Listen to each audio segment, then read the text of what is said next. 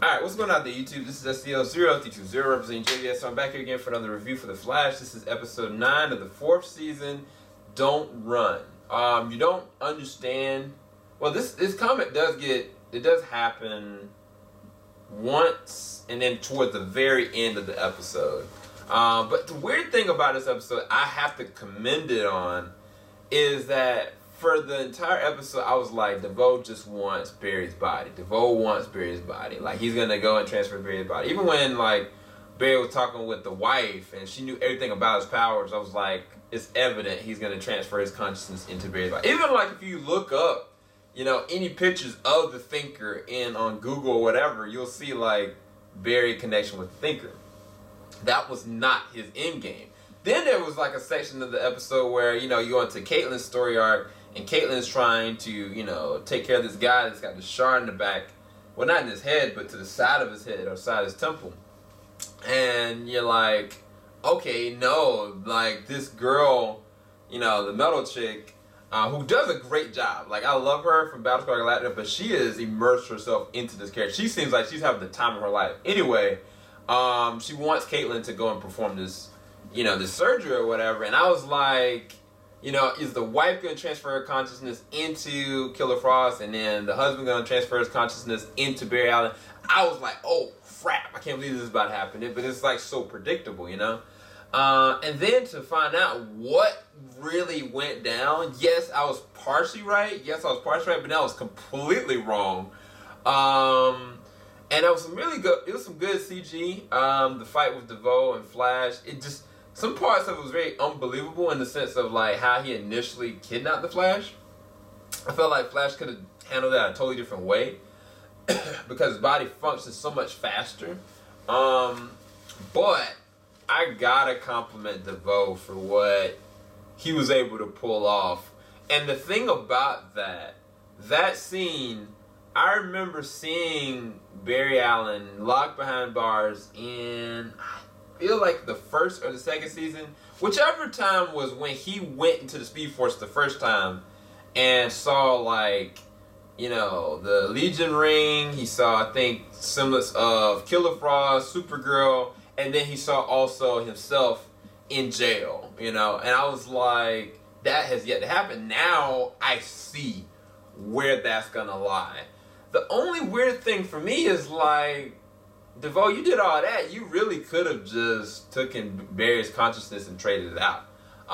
So it leads me to believe that I don't know. I don't know what the end game is. I don't know. I don't get what the end game is because he's got a body. The body is not going to be self-sustaining long enough. Same thing is going to eventually happen all over again. So he has to have Barry's body. My question is, why implicate Barry? Put him into a situation where he's in prison. Why, you know, connect all these other metahumans? What is going to be the end game? You know what I'm saying? But I feel like the end game is Barry's body. But it's like, I feel like he could have easily did it. I don't know. The thing I liked about this episode is that I thought that I predicted one thing, but it's only just a part one to that. Like, it's not there yet. And there's so many other questions that you have, like, what is this guy going to do? So I love that about this episode. I actually give this episode a 9 out of 10 because I thought I predicted it, and I kind of had it right, but then I totally didn't. And now I got so many more questions as to why didn't he do it this way versus that. And I know I'm kind of being really vague because I don't want to spoil it for you guys, but it was a good episode. Even like with the Caitlyn situation, really interesting. The only thing that doesn't fit with season 4 to me is this elongated Wan, like, story arc. The only way that it's gonna work is the fact that DeVoe accounted for elongated man with the group. So there has to be some kind of need for him as well. But for me, I'm just like, yo, like, they brought Wally back for the crossover event. The elongated man was not in it at all. And it's like, every time I look at him, I see the Joker. So it's kind of just like, do we really need him? And it's a no. Unless what's going to happen is this. Wally West is going to go to the Titans TV show. That's the only way I see this working. Because it is, I feel like the team don't need him like that. I I feel like he was forced into there, and I never really liked him. I feel like every episode he's in, it detracts a little bit. You know what I'm saying?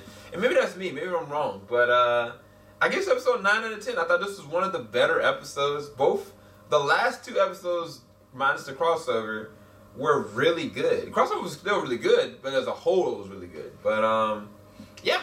Hopefully y'all enjoy my review. I will not be posting up my reaction because I do not feel well. And I actually am very exhausted. So I'm not going to post up my reaction until Wednesday the 6th or a little bit later on. So I apologize for that. But definitely leave a like here. Definitely subscribe if you have not subscribed yet. And I'll talk to you guys a little bit later on. Stay tuned. Make sure you click the little bell because then you'll get an alert when I post up my reaction immediately.